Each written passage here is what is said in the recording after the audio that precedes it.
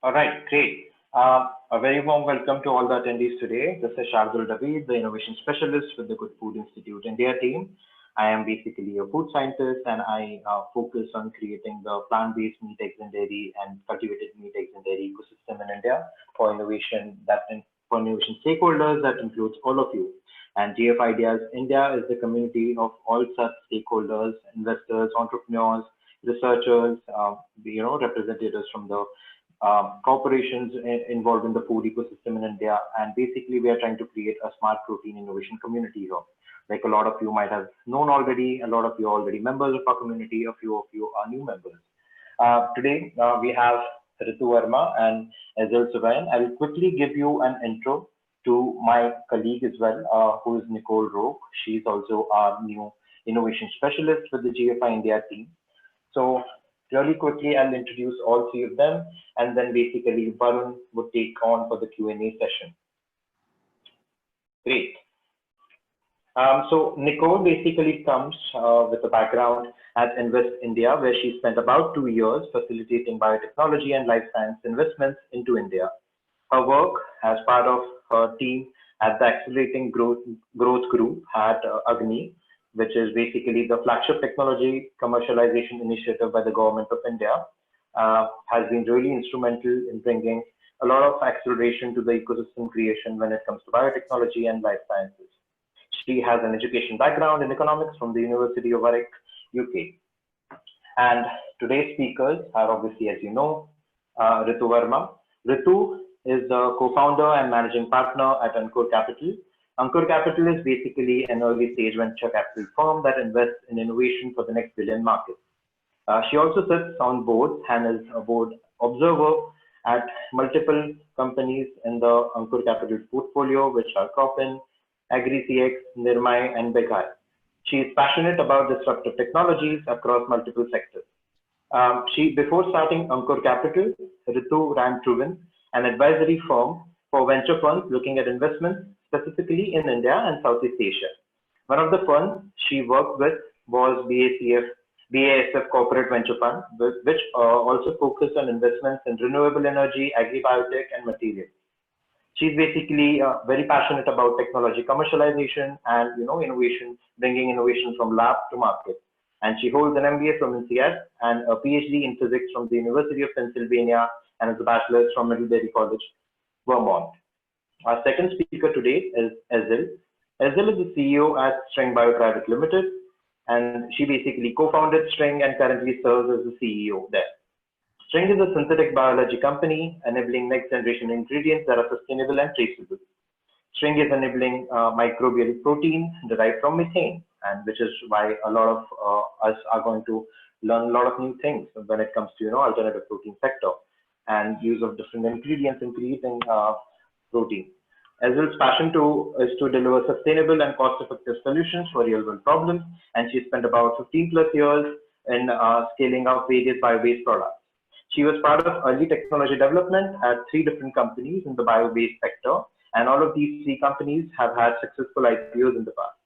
Azil brings to String first-hand knowledge of solutions that work and bottlenecks that plague the bio-based product development, and she has been recognized as with the Women Transforming India Award 2018 from United Nations and CIO. Azil comes with an education background as a BTech in industrial biotechnology from Anna University and a PhD in molecular biology and biochemistry from Oregon Health and Sciences University. Nicole, would you like to quickly set some context?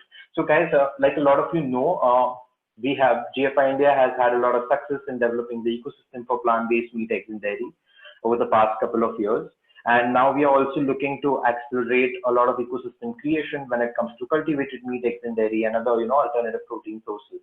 And my colleague Nicole will set some context of our work there in the past, and then we can take it from there for the Q&A session. Thank you so much for showing up. Thank you for that introduction, Shardul. So we at GFI, we're focused, laser focused on stimulating the growth of the alternate protein ecosystem in India, and I feel like how we see India is a huge opportunity considering our capabilities in the biotech industry. So the Indian biotech industry has moved far beyond its historical focus on unbranded generic drugs and really into the innovation limelight, with the support of the Government of India's Department of Biotechnology, legacy industry, as well as venture capitalists like yourself. India is currently a host to over 2,500 biotech startups. While 2/3 are still focused on the biopharma and the diagnostic sector, there is an increasing focus on agricultural biotechnology, bioindustrial manufacturing, bioinformatics, which is where a key focus area for us at GFi India really comes to play. So what we're really trying to do right now is engage governments to develop incentives and infrastructure for the alternative protein ecosystem at both the university at the industrial level, something that the government has been able to do very well for the biotech sector in India. So GFi, through a strategic partnership with the Center for Cellular and Molecular Biology, CCMB, and the National Research Center on Meat, is already currently developing methods to develop cultivated stem cells from tissue samples of sheep to produce mutton. In my role as an innovation specialist at GFi India, this is some of the work that we're looking to further develop with assistance from the government for that early stage research. Another challenge, I think, facing the alternative protein industry right now is just a lack of foundational scientific research, which is really required for the alternative proteins to scale and become a viable part of the food ecosystem. So another key focus for us at GFi India is actively engaging with startups and researchers to apply existing capabilities from the biotech sector to the alternative protein industry. Something that we are focusing on for the foreseeable future is really identifying these product gaps and educating both entrepreneurs as well as investors on some of these white space areas and making recommendations for new companies to fill these white spaces, and again, engage with investors like yourself to invest in some of these pivotal companies. And finally, I think at GFi India, we've realized the sort of enabling power of tech transfer. So another huge focus area for us is really developing and leveraging cross-country relationships among universities, businesses, and governments to accelerate tech transfer into the Indian ecosystem to further stimulate the industry in India. So with that, I'll hand over to Varun to get started with the Q&A session. Thank you, Shardul. Introduction to obviously Varun, who's our Managing Director at the Good Food Institute India. A lot of new attendees would probably not know that, but obviously a lot of you already know that. Varun, up to you. Thank you. Thank you so much, Shardul. Thanks, Nicole. Yeah, so for anyone who doesn't know, my name is Varun Deshpande. I'm the Managing Director at the Good Food Institute India. We have a team of soon to be 11 out of Mumbai, but during this period of COVID-19, we're spread out across the country. We're incredibly excited to be working on building the alternative protein ecosystem in India and really laying the groundwork of an industry. And obviously, folks like Ritu, like Ezil are essential to that industry and that ecosystem. And I'm incredibly excited today to be having this conversation. So Ritu, Ezil, I'm going to keep the first question super simple, something that you probably talk about all the time, especially as female leaders in biotech and in science. You're probably asked this question all the time. Could you talk me through a little bit? I'll start with Ritu. Could you talk me through a little bit your personal story of how you got here and what your background is? Sure. So I started life as a physicist. So, I am a scientist at somewhere still there. So that's why I'm super excited to be here. So thank you guys for having me. But, I worked through multiple different companies, but I've always been sort of from product to market was my interest of sort of moving things in the innovation space. So I think I used to work for Unilever globally through their R&D initiatives with many different countries, again, working on R&D as well as commercialization of those products.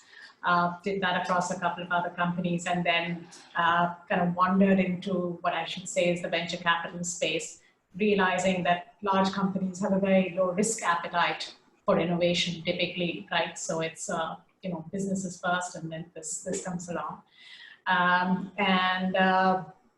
So somewhere venture capital kind of married the interest of sort of the innovation as well as sort of the business piece of it to actually be growing enterprises that can actually dramatically change industries or markets. Yeah.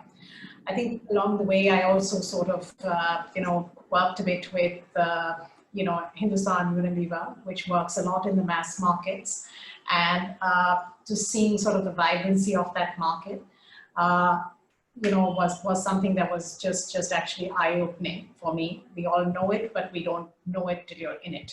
So at the, for me, the intersection of setting up Ankur was between the fact that there is technology and technology changes that can kind of happen, as well as the fact that there are these large markets and, you're not thinking about technology changes for these markets specifically. It's a trickle-down effect, but can you actually innovate out of that to be creating that? And I think it was the right time to sort of do that. And that's kind of how I landed up setting up Ankur Capital with my partner, Ritu Verma.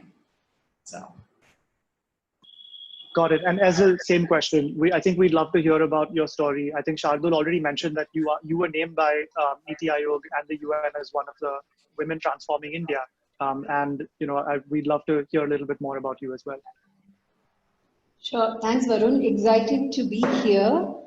So journey, very naively actually, as soon as I finished schooling, I had this thought that I want to work at the intersection of biology and engineering.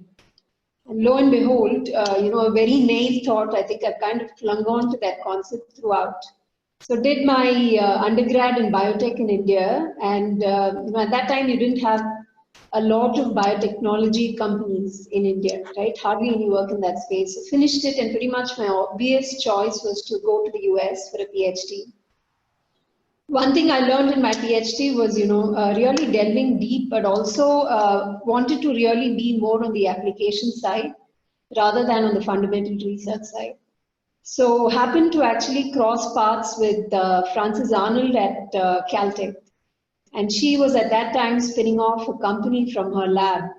And, later in the call, we need to talk about the ease with which US universities are able to spin off companies, right? Because at that time, Caltech, I would say that each lab in Caltech probably had a company being spun out of that lab. It just so happened Frances was spinning off this company called GFi that was it was one of, for those of you who are familiar, right, in early 2000s, Vinod Khosla of Khosla Ventures placed a bet on about 10 different biofuel companies. And GFi happened to be one of those companies that he placed a bet on. So we had a very strong team, right? We had Khosla backing up, we had Frances, and then it was also backed by Richard Branson from Virgin Biofuels. And that was my very first entry into startup and technology development. So, and then I realized that I loved doing that kind of work, which is basically, innovating, building products that really kind of cater to solve fundamental gaps in terms of life in itself, right? At that time, it was biofuels. Post GFi worked with another company called Codexis. And there we were developing again cellulosic ethanol, as part of a project with Shell. So more early stage technology development, building IP, kind of going through that product rev cycles and optimizing your product, optimizing your process, and getting more and more entrenched in the space of synthetic biology, right? And realizing that, that was kind of things that I was passionate about. Post that, worked with another synthetic biology company, very well known in the US, called Intrexon. That is not purely in the industrial biotech space, but they span, pretty much pharma, healthcare, nutrition, various aspects. Worked with them, and all along had some ideas about how to better develop tools for biology or biological engineering, which got me to starting work on String. And one of the challenges that I wanted to try and look at is innovating close to markets where the solution is needed, right? And that was the other aspect of, getting the operations fostering here in India, in Asia. Because I believe that, when resources are plenty, some of the solutions that we come up with may not be the most optimal for the solutions to work globally. And when resources are constrained, and I say resources, it's mostly capital, but also technology, sophistication of technology, right? When it's constrained, then you come up with really creative solutions that are still robust. So that's part of also the reason for us to move String to Bangalore. And moved here in late 2013, early 2014, and I've then been in Bangalore last few years, building String and building the products at String. Got it. And I think we have a pretty sophisticated audience today. I mean, there are people in the audience that are MD level at Indian biopharma companies too, that I've just been receiving text messages from. But I think that it would be worth stating a little bit about synth bio more broadly, Ezil, and Ritu perhaps as well, and generally talking about what's happening in the explosion of synthetic biology and how it's affecting a number of different industries and how it's projected to affect a number of different industries. So for example, I just pulled up a report by McKinsey that I know came out a couple of weeks ago or a month ago. It's called the Bio Revolution. They've identified across different industries, and they're talking in terms of the trillions of dollars where the world is going to be in 10 years from now, right? So there's this famous saying from Mark Andreessen, very celebrated venture capitalist from Silicon Valley, where he said, software is eating the world about 20 years ago. And that kind of happened, right, across many industries. And now I think the saying has shifted to biology is eating the world, because we're finding ways to program biology in ways that have never been possible in history. So would you like to speak a little bit to the proliferation of synth bio across industries, Ezil? Absolutely, absolutely. To be even within the industry, it's quite mind-boggling at how much the industry is expanded, right? And like you rightly said, just in the last 5 years, if you talked about synthetic biology, I think unfortunately it got a lot of flack for just being in the biofuel space. But now, if you look at it, it's food, it's consumer goods, it's clothing, it's milk.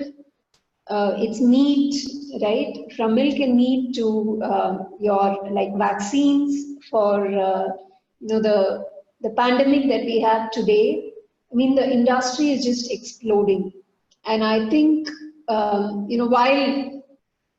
while it's still largely based around the core technology, I think the other aspects of the ecosystem, the other aspects of the story, right, that need to fall in place, whether it's the capital, whether it's the infrastructure, whether it's the people, I think that is starting to fall in place. Obviously, some areas like, let's say, the Silicon Valley or Boston is a lot more advanced in terms of being able to build all the requirements around this industry.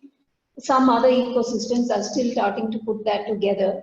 But I think just in the last 5 to 10 years, huge change, right? And like you rightfully said, we went from the atom driving a lot of our work to the byte driving a lot of our work, and now going into the decade where the gene and all understanding around it is starting to drive a lot of the work. I mean, think about it, right? Silk protein and clothing from silk protein.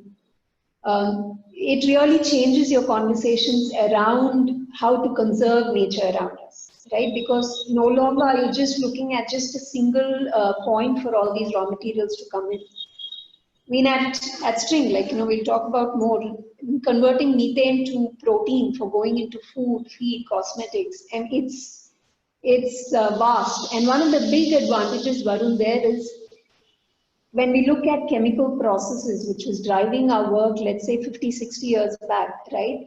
The chemistries that we were looking at was very limited, right? The big advantage of biology is you're capable of a lot more interesting chemistries, which means a lot more interesting molecules for us to build things from. And while the technology and the knowledge was there, now I think we're adding the other parts in terms of making that technology more efficient, scaling it up, to scale up facilities and stuff. So I think it's mind-boggling, but very, very exciting as to how the industry is taking off. So you mentioned chemicals there. Ritu, of course, you led BASF BSF's investment arm in India. Is that correct? No, I didn't. I was looking at deals Southeast India and Southeast Asia. But Got you it. know, if I can add to what Ezra said, right? Like, so I worked in an industry that worked with chemicals, right? And or an industry that was a chemical giant here, right?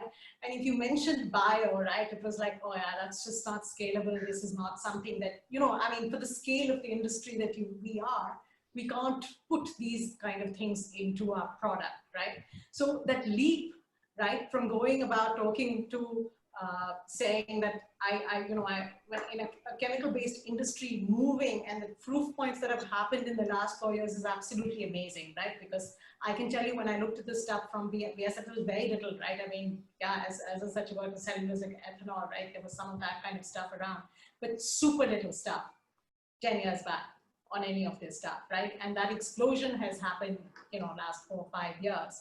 And it's glad to see the proof points make it to market, because you have a lot of skeptics who would say that this is not really, you know, it's not scalable for the mass production that is needed for these kind of industries here. But glad to see the proof points there. So we can get more into the technology and to String Bio and other portfolio companies. Could you tell me a little bit, Ritu, about Ankur Capital, what the kind of investment thesis is? Sure. And I'd like to put another question to you after that. But if you could tell me a little bit about what your investment thesis is all about. So we're an early stage fund, and our focus here is to look at the next billion, right, in India and beyond India, right? And essentially, we're interested in technologies that can kind of disrupt these markets. And for us, that means two things, right? It does mean software technologies and computing, et cetera, that comes along with it. But it also means, you know, R&D-led kind of stuff here, which can be game changers of how things can happen in these markets. And I think Ezra made a point, and I think that's the point that at some level it's a core to us, that I think there are innovations that when they happen in, you know, resource-rich regions, right, that innovation takes, obviously there's a lot more money, right? So you throw a lot more money at the problem, right? So I was part of product development, and if we developed stuff for the Japanese market, you didn't care what the hell you threw in there to develop it, right?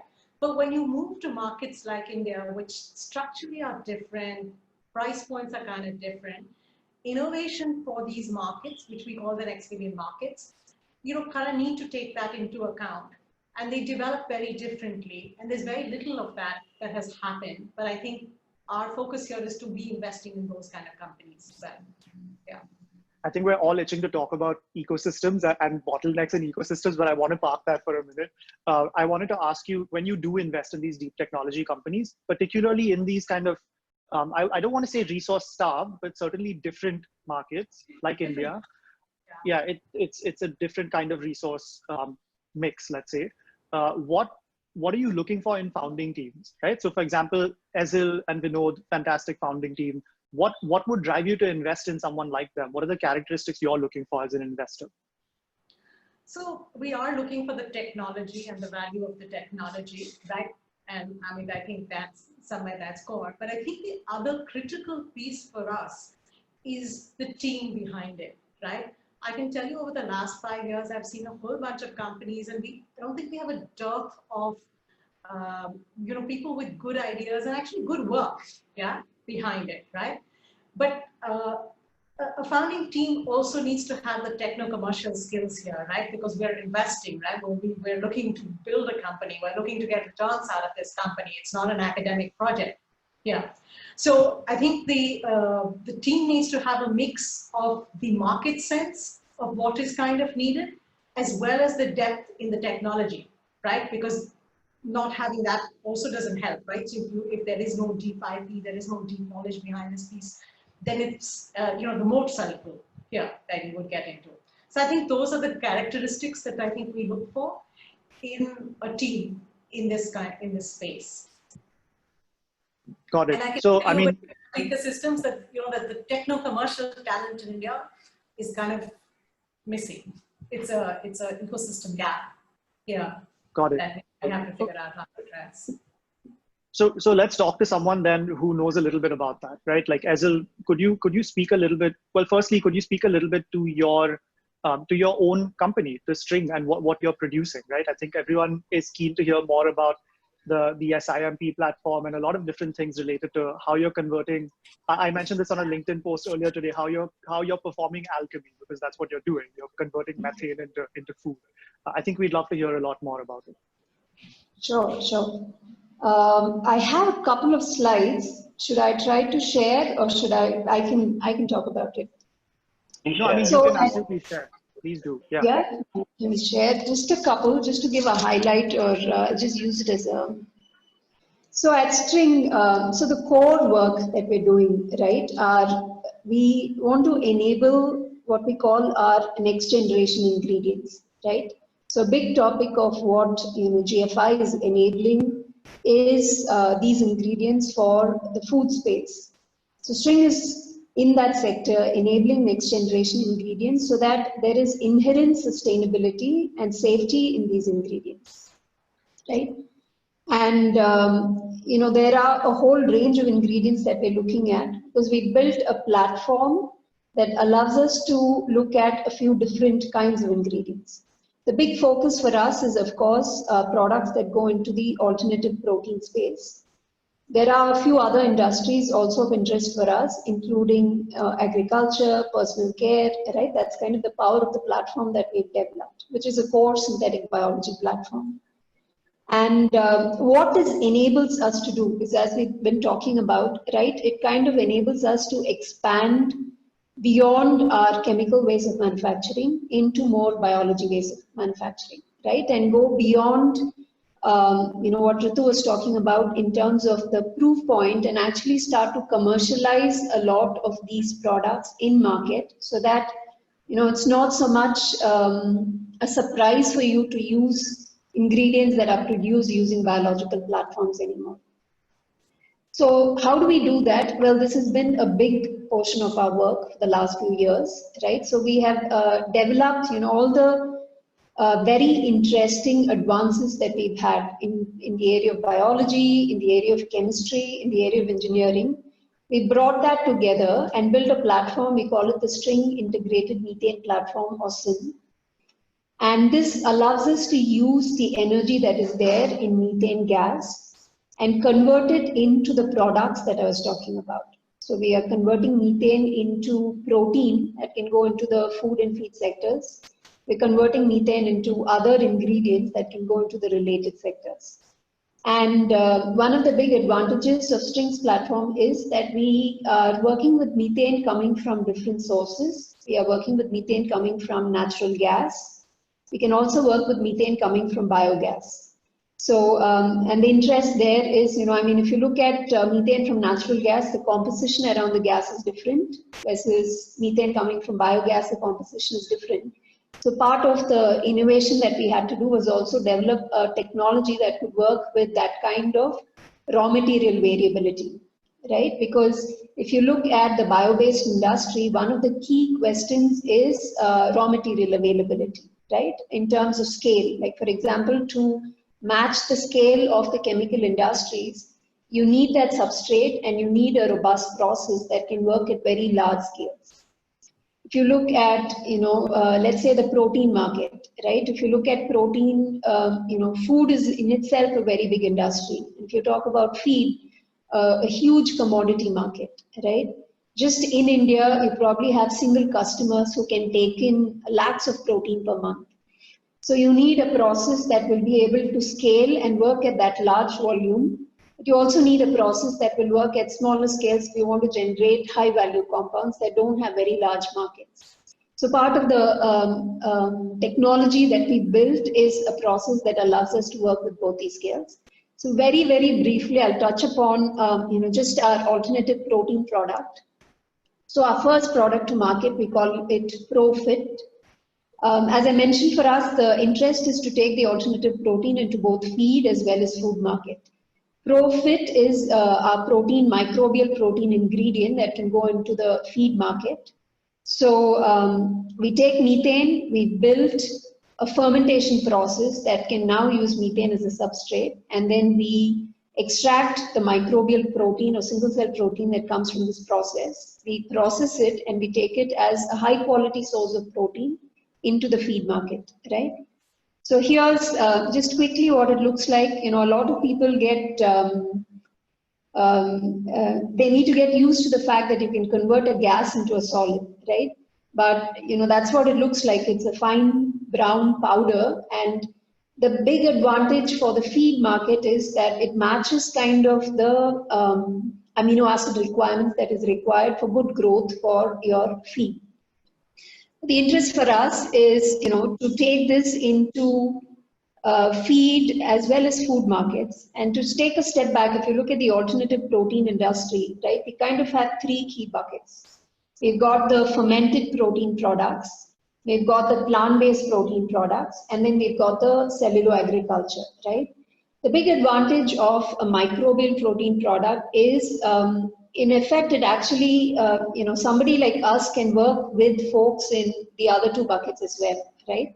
So we can take a microbial protein product, and this can become the source of protein for your burger, right? For your plant-based burger, because that in itself requires a source of protein. We can take this into the cellular agriculture product because they also require very rich protein sources to be able to grow those cells. So that's one of the advantages, and those are things that we're exploring in the alternative protein space. So again, for us, we are, the big advantage actually, Varun, is interestingly, we started this work almost 6 years back. And at that time, there was not this much competition around this space. We had to, we had to talk a lot about what we were doing. Fortunately for us, we had, folks like Ritu and Ankur come on board and understand the language that we were speaking. But today, when we go into market, the conversation is very different. But, for us, the big advantage is the market is ready for us. And at this point, we are also ready for the market because we've done that amount of technology development and product development where we can now, match the market requirements. I'll stop with that, and, we can delve into the details further. Fantastic. I should say also that for anyone that is looking to learn more about fermentation as the third kind of pillar of alternative proteins, I think we've talked a lot about plant-based foods. We've talked a lot about cultivated meat, cellular agriculture. I think if you've been following GFI's work, we've been talking about that for a long time. We've been doing a lot deeper work now on fermentation as well. So we have a state of the industry report, a global one for fermentation, and String will be part of it. So we're tracking a lot of companies, a lot of investors that have put in all this work to bring products to market. And that's both on the side of whole biomass of things like fungi or algae, as well as the kind of really exciting technology that Ezil and String have been working on as well. So that should be out in the month of July. So stay tuned, and we'd be glad to have you all read that and give us your feedback. So Ritu, coming to you now. I think we should talk about ecosystems because I think that's a huge piece of this. So we're laser focused on building the enabling ecosystem, right? When we say enabling ecosystems, that means things like ingredients providers, it means things like talent pools, it means things like government grants, universities, infrastructure at the lab scale, pilot scale, manufacturing scale, mission aligned patient capital. It means all of these things, right? And I probably didn't even name all the things that are required. So when we talk about building these ecosystems, how do you know where to start? How do we know where to start? What would you say are the key pivotal pieces, or do all of these things need to grow together? They do need to grow together, right? But I do think that one thing that has happened here, and I'm sure as I can also speak to it, that I think the government has played a role in providing that critical capital in these initial days, right? I think we have talent, right? The talent just has never quite been exposed to this world. That's a different issue, but as more and more examples come out, I think that will kind of happen, right? So I think that there is obviously needs of incubators and capital at that level to encourage more of this thing to happen, right? And if, without that, the rest of it can't make it happen, because this is not, it's not quite like the software industry, right? Where you don't need the capital, right? You need the infrastructure for you to try things out, to do things here, right? So I think that's fairly critical. And you have to sort of start there. But I think you can't stop there, right? If you stop there, at the end of the day, you just have a research lab. I think that, the talent for people to develop this is one, but the talent for people to develop this for a market and build a company is also very critical. So I think the ecosystem building, we're doing all of these different things, and of course there's a lot more that needs to happen. But one part of the ecosystem I don't see happening is the human talent, as I spoke about earlier, on the techno-commercial side. Right? Yeah, let's focus in on that, right? So, I mean, you mentioned techno-commercial side of human talent. I mean, we're doing a lot of work with universities and trying to seed curriculum. That's a slow burn. It's going to take a long time, right? We're talking about seeding curriculum at the master's level, then having PhD degrees come out of that. And then, hopefully there'll be five people who Mezil can hire 6-7 years from now. That's crazy, right? So there's a lot of work that needs to be done to actually seed that talent ecosystem. So what are some interesting models that you've seen that work in that respect? So is it a matter of in the US, right? So every US university, and I think this is what Ezra alluded to earlier, where I went to university, there was a tech transfer office, right? It wasn't that researchers kind of jumped out and said, hey, now tomorrow I'm going to become CEO. Some people do that for sure, right? But there were also people who were scouting around there and scouting for technologies to commercialize, right? I don't know if you guys have heard of a company called A123, came out of MIT. It was a battery technology company developed by a prof at MIT, but had a CEO, professional CEO come in there that worked on the technical commercial pieces of taking technology to markets here, right? So I think, because there's a lot of stuff coming out, and one is how you structure the availability, and universities kind of encourage the technology transfer office to happen so that tech that was developed would make it to markets. And I think you need those incentives in place for that to happen. But I also think you need, I think starting from scratch with talent is a long journey, as you said, right? But we've had a generics industry, for example, which has also gone through commercialization, right? So it also takes people jumping off, right, who've gone through that training to join or start companies like this, or take technologies and do that piece here, right? So in India, we don't have enough of that. And I think it's a problem of a chicken and egg, because they haven't seen these kind of companies built out in India. It's pretty safe to have a job with a large company, so you don't jump off here, right? So I think how do you create an ecosystem that encourages that to kind of happen, which will happen on a shorter scale than if we start with courses academically, right? And I think that to me is a critical question. How do people see this? Because today in the software world, it's so perfectly all right for people to jump off and start a company, a startup. If you're in the biotech world, is it perfectly okay to jump out and start a company? I think not, right? Where you've seen this in a much larger environment or a different environment for, you've seen what it takes to commercialize this. Some thoughts on talent sourcing and what you've looked at. I know you have a bit of a, you've been working towards commercialization, so your talent requirements have not been in the hundreds, right? But let's say tomorrow you had to hire 100 people. How would you go about it, and where would the gaps be? Yeah, so couple of things, Varun. I think what I've seen in the ecosystem is one, even though there is human capital available, the quality of the capital is not there for the biotech space.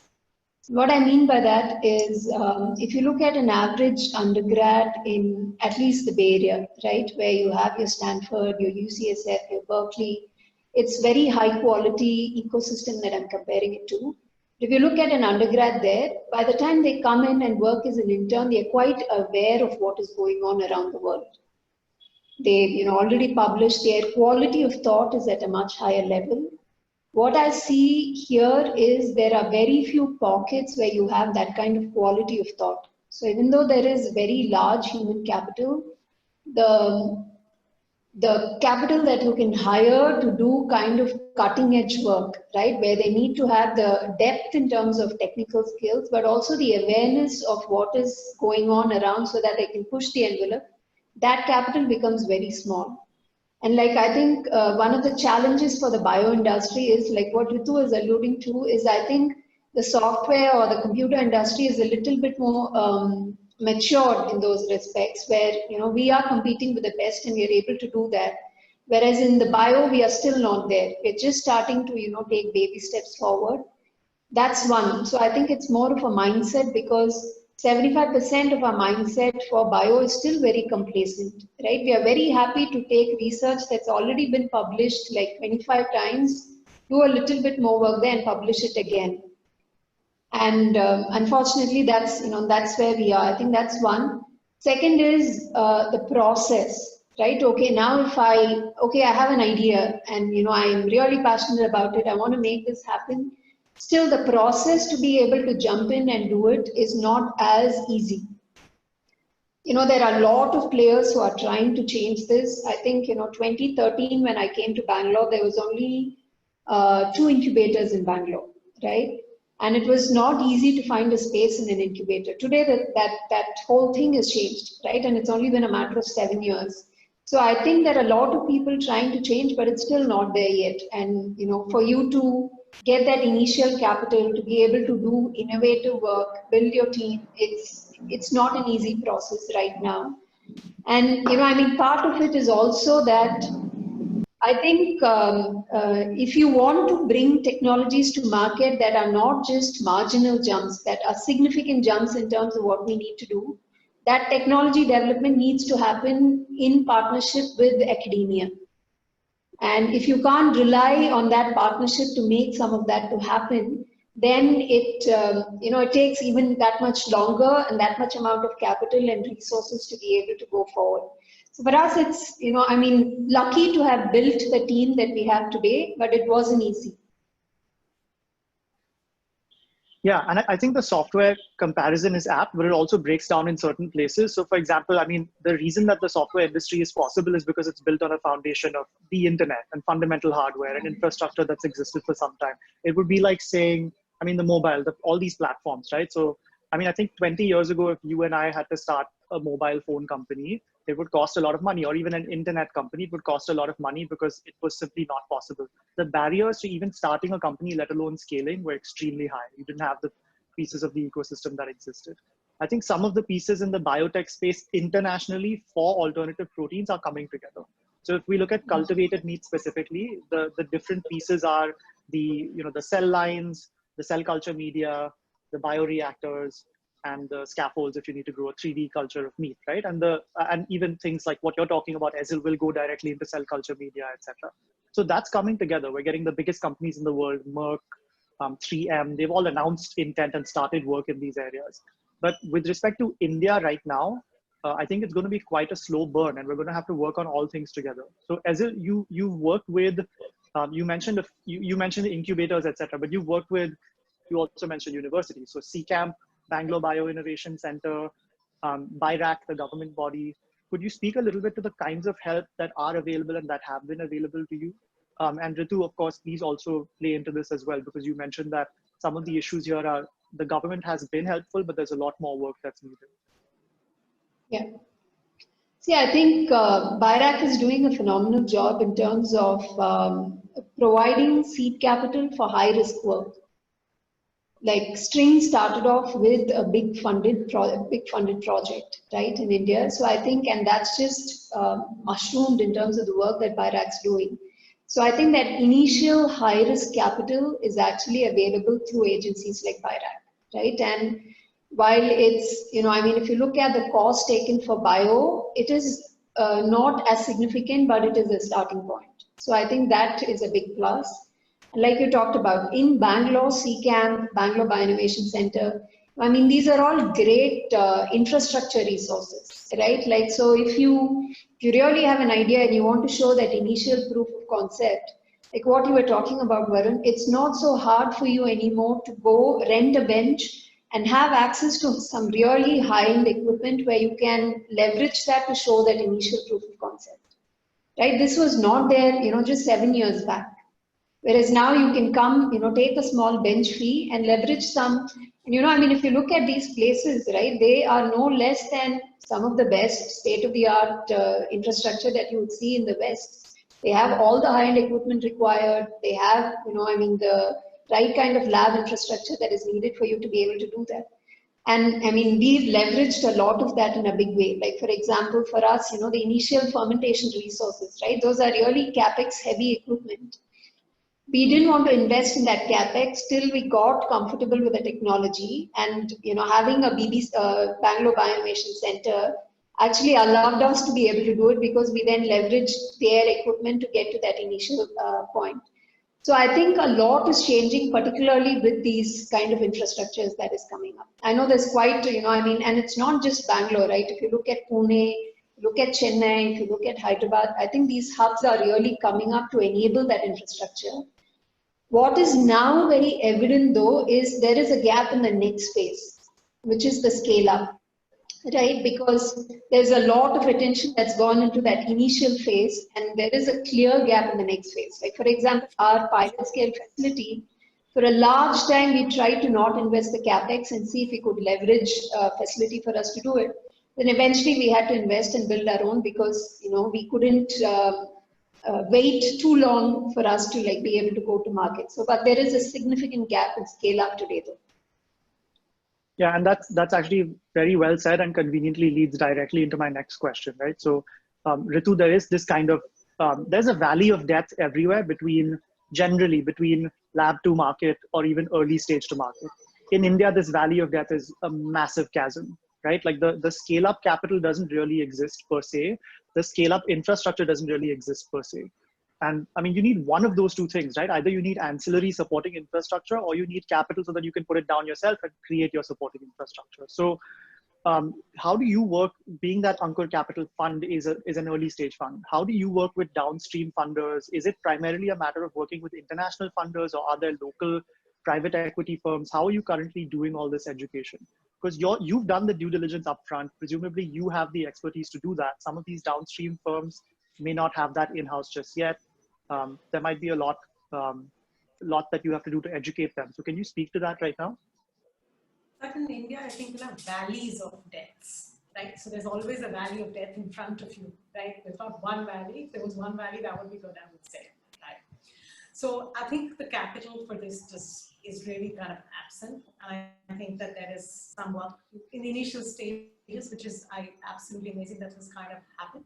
But I think you need the hierarchy of capital for all of this to work. It can't just be here's a little, here's a that. At the end of the day, it needs capital, right? If you look at all these companies globally, they've raised, close to $1 billion, right? I mean, there's a hell of a lot of money, right? To get to market to actually commercialize all of this, right? So I think in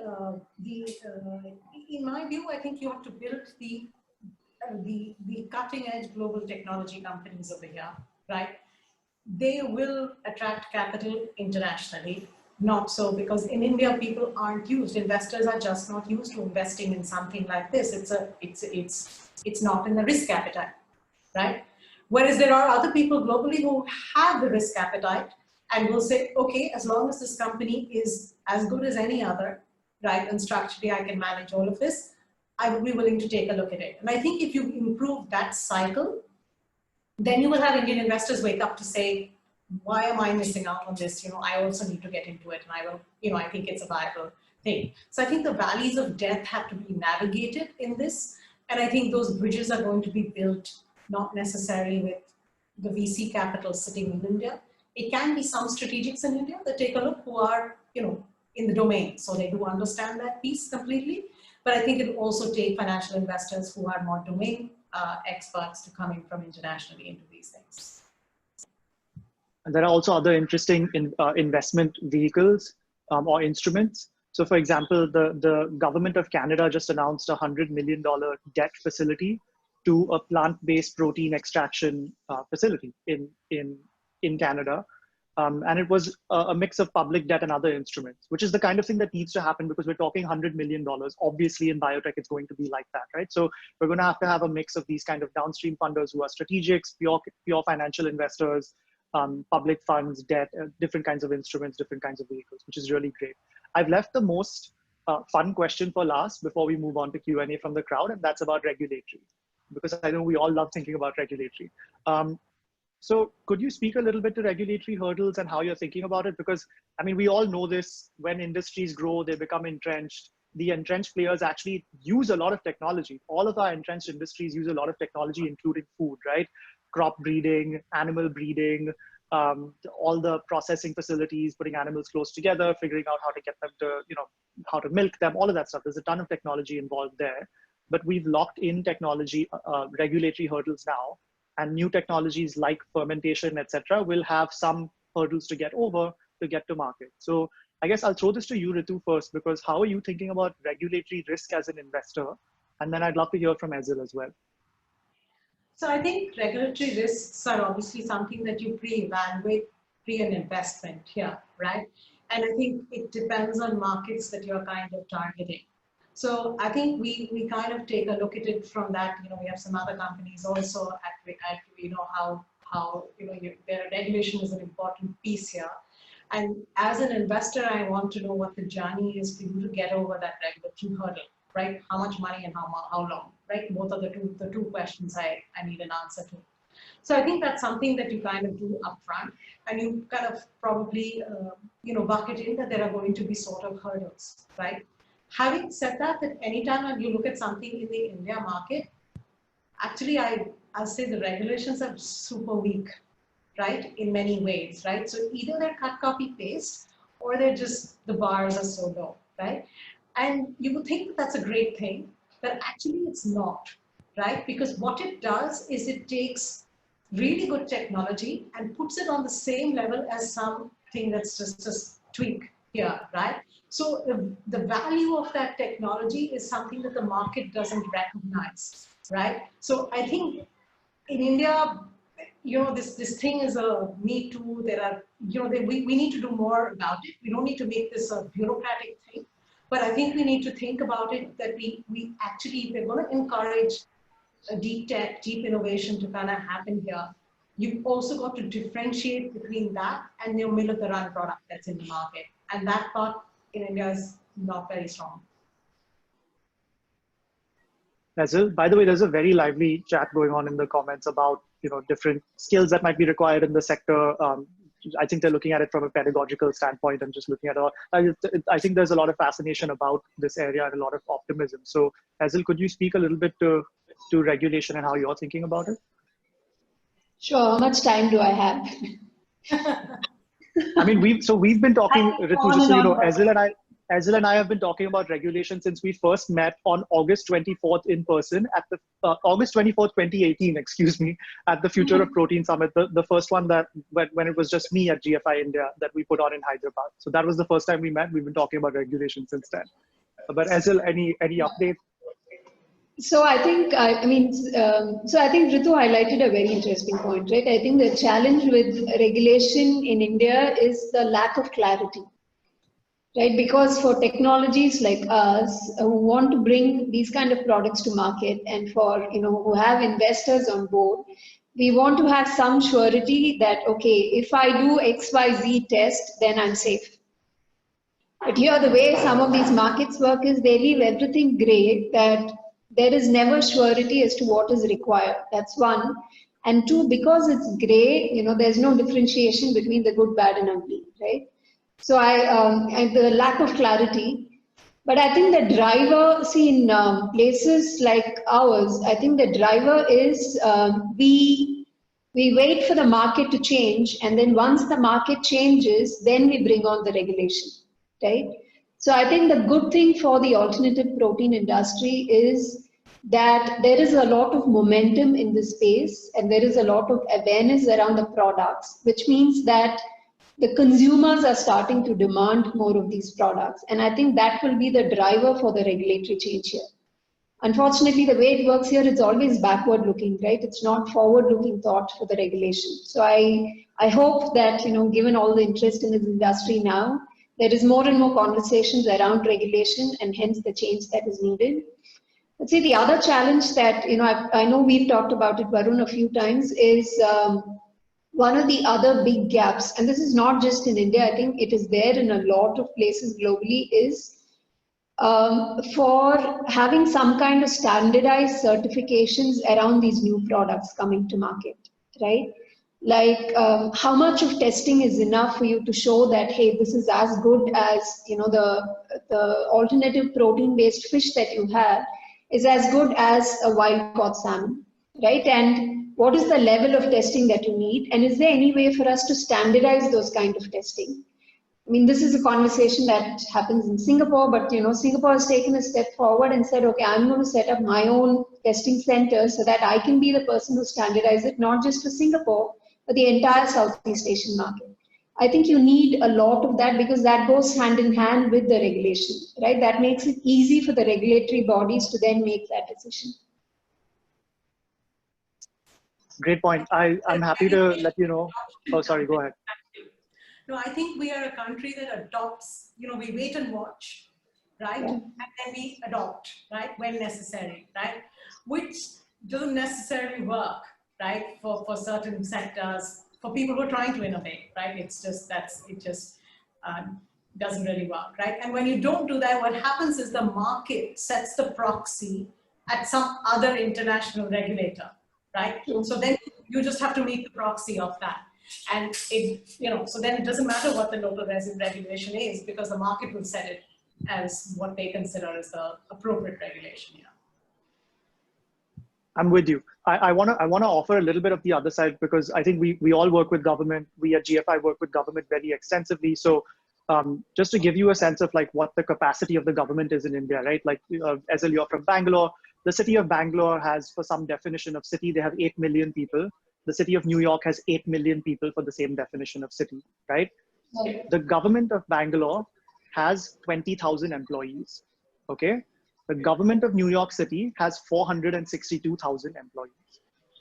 This is the vast difference between the capacity of the government in these two countries, all right? The FSSAI, the food safety regulator in India, I know that they're on a hiring drive now, which is going to take them from roughly 350 people to roughly 650 people.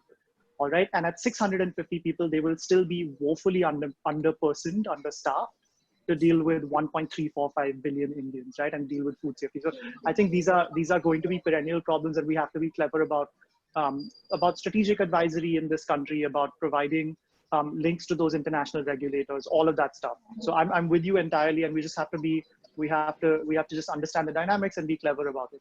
I'm so glad you brought up the standards thing, Ezel, by the way, and I'll just round out by saying this before we throw to questions from the crowd. We are actually, I'm happy to announce, I think this is the first time we're announcing this anywhere globally. We're happy to announce that we're working on standards for specifically actually starting with alternative seafood first, and then going into other areas. So with a certification agency that's well known across food certifications, we'll be working on alternative seafood certification to circumvent some of the same problems that you mentioned. So, if there are sustainability claims, we should make it clear. We should cast a light exactly on the supply chain and show exactly why what we're doing is better. So there's a lot that we're working on right now that I think will be good, but it's a process. It's going to take a very long time to get all of this stuff done. Yeah. Okay, Shardul, would you like to come back in to do Q&A? Because I haven't seen all the questions. Yeah, thank you so much. Great. So there are questions for both Ritu and Ezel. We'll just take it one by one. I guess we've covered some of these in terms of regulatory policies and IP, but okay, great. So about this question is to Ezel in terms of your product development and coming to food products for human consumption. What are the current challenges and at what stage, your products and your technology currently, if you could speak a little bit to that? Sure. So in terms of food and feed, right? So the way our process works is we've got the upstream, which kind of gives us, the input that then gets processed differently for feed and differently for food. Product for feed, we've already validated. It's basically at the stage of commercialization. A product for food in itself is ready in terms of processing, but we are doing a lot more validation for the food market. And then as we touched upon, one of the key aspects for us to go into the food market is the regulatory for us to go to be able to take this product. For feed, we have regulatory approval. For food, we need to work through the regulatory approval. So in terms of timelines, feed is immediate for us. Food is, I would say, maybe 18 months down the road for us. Got it. Makes sense. Varun, would you like to pick up the next question?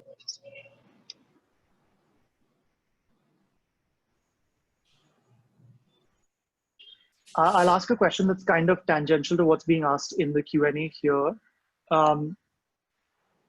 What exactly is special about Bangalore? So what was the confluence of factors that came together that made Bangalore a hub for biotech? Oh, interesting. So I think it is these universities being here. So I think having IIC here, NCBS here, CCamp here, I think that played a very key role in terms of Bangalore coming up in a big way. And of course, the second key factor is, companies like Biocon, Novozymes setting up shop here. I think what made Bangalore come up in a big way as a hub was having the academic environment here, as well as the industry coming up here. So I think the partnership between those two worked very well. Of course, the other aspects about Bangalore itself being a cosmopolitan city, I think also helped. But I think the key factor here was having the academic strength and the industry here as well. Got it. Shardul, by the way, it's difficult for me to look at the Q&A, so I think you should round out the questions if you can. Sure. There are few questions about your product, and specifically how does it compare when it comes to PDCAS score and other traditional sources of proteins in terms of costing and scale, economies of scale. So could you talk a little bit to that as it? Yeah. So in terms of our product, right, we don't have a single product. We actually have a pipeline of products. And so the first product we want to take to market, our goal was to make sure that the performance of the product meets your standards that is there in the market today, without compromising on the economics around the product, right? So that was the key driver. So I'll talk about Profit, which is our first product for the feed market. So Profit today is equivalent to fish meal in terms of its performance, right? And we will price it at a cost advantage to fish meal. In terms of, but the big plus for a platform like us is we don't stop with the first product. Now, we've got other products in the pipeline that address not just the nutrition aspects, but also the health aspects in terms of the industry. When we talk about the food, again, our first goal is to ensure that we can meet what is the best quality protein that is there today in the market in terms of performance, right? The big advantage of a microbial platform like ours that uses methane, which is one of the cheapest carbon sources available, is that we want to provide that protein at a cost advantage, right? So that would be our first target. I think, Shardul, your question was what stage is it? I think, does that answer the question? Yeah, to a certain extent, yes, absolutely. I think the next question is for Ritu in terms of early stage funding for startups which are technology forward, especially in the cultivated space, the fermentation space, where the capex is high, like as you mentioned. And we just discussed throughout the session that there are not many options to go on about it. And if the team is right, if they've probably figured out the technology piece, in what ways is currently Ankur Capital looking at funding some of these companies after COVID? How has that really changed for products which are coming out in the market, which are for human consumption, etc.? Could you talk a little bit more about that and your thesis there? Shardul, I missed the first part, but did you say with high IP? Is that what you said, or yes, companies which are companies which are trying to innovate in the technology forward areas like cultivated meat, eggs, and dairy, or fermented products. Obviously, the limitations being lack of capital for getting those capex investments in. So, could you talk a little bit more about how an entrepreneur would go on about that, and how Ankur Capital usually funds those deals? What key things are you looking at when you're going ahead with that? So I don't think this changes. I mean, we actively are interested in this space, and we will look at companies in this space, right? I think our evaluation criteria doesn't quite change, right? It's sort of market, team, probably stage of where the development is, what's the moat here that, will let this company actually make this journey and not get eaten up halfway. So I think the valuation criteria just stays the same. I don't think that's any different post-COVID or pre-COVID. Yeah. I mean, we're equity investors, so we're longer-term investors, right? Fingers crossed, COVID's going to go away before our fund life kind of ends. Yeah. So I think we're looking at the longer-term piece of this. One of the things also in the more biotech forward spaces, one of the things to look at as a comparable is just drug development or other different kinds of ecosystems, especially in the US. You'll oftentimes have, as Ezil was talking about and Ritu was talking about, oftentimes have university professors that might have some industry experience in drug development. They'll be doing research. They will literally wrap a company around a molecule in order to bring it to market, do a phase 1 clinical trial. Once you do a phase 1 clinical trial, then you clear what's known as a stage gate in your valuation. It automatically goes up. Then you have more mature investors who come in. The valuations tend to have some kind of benchmark in terms of industry standard, but also the potential size of the market. This is how a mature ecosystem behaves, right? A capital university, this kind of, I guess, symbiotic relationship between the tech talent pool and the capital ecosystem and the market. But India is obviously not very mature for that. I think what we will try and do over the next years is create those international ties so that capital can flow to Indian researchers as well. But to Ritu's point from earlier, I mean, you need the person on the other side of the table, that is the entrepreneur, to understand all of these things, right? And that's the techno-commercial aspect of it coming into play. You need them to understand what these stage gates are, how to get to that point where you're essentially bursting through those stage gates. How do you use your resources and the capital that you get well so that you are getting to that point? I mean, there's a lot of work to do here. But hopefully we can get that together. Ritu, what's the size of the market for biotech and also for alternative protein separately in 5 years in India? And I'm going to stop there. That's my last question. Domestic market? Yeah, the domestic size of the market, including export. So I think there's a large export potential. Yeah, right. And I don't have a number for that at this point of time, given the nascency of what it is, right, and what can actually happen, right? So I think we all know what the numbers for the external market is here, and I think there are a couple of opportunities for India here, right? I mean, you could be like String here, where you're working with a biotech, a platform in which you're producing different things that can go globally, doesn't really matter where, right?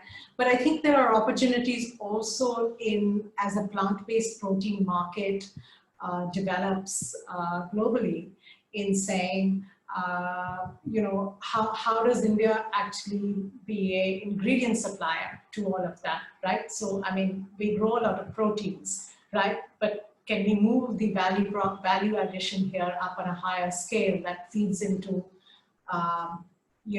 perhaps the consumption markets we may not quite be India today, at least. So I think that is another opportunity. I think domestically, if you were to ask me, I mean, I think we're a plant-based protein country anyway. So there's a different nuances from the consumer side that we have to take into account. I think what's very clear is protein consumption is going to go up, and how are we actually going to address that and meet that demand?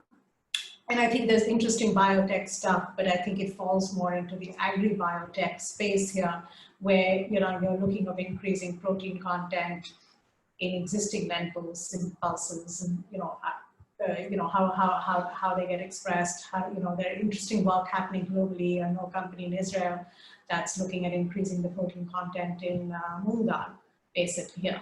So I think there are those kind of opportunities in the India market for domestically actually addressing the protein deficit that we sit on today.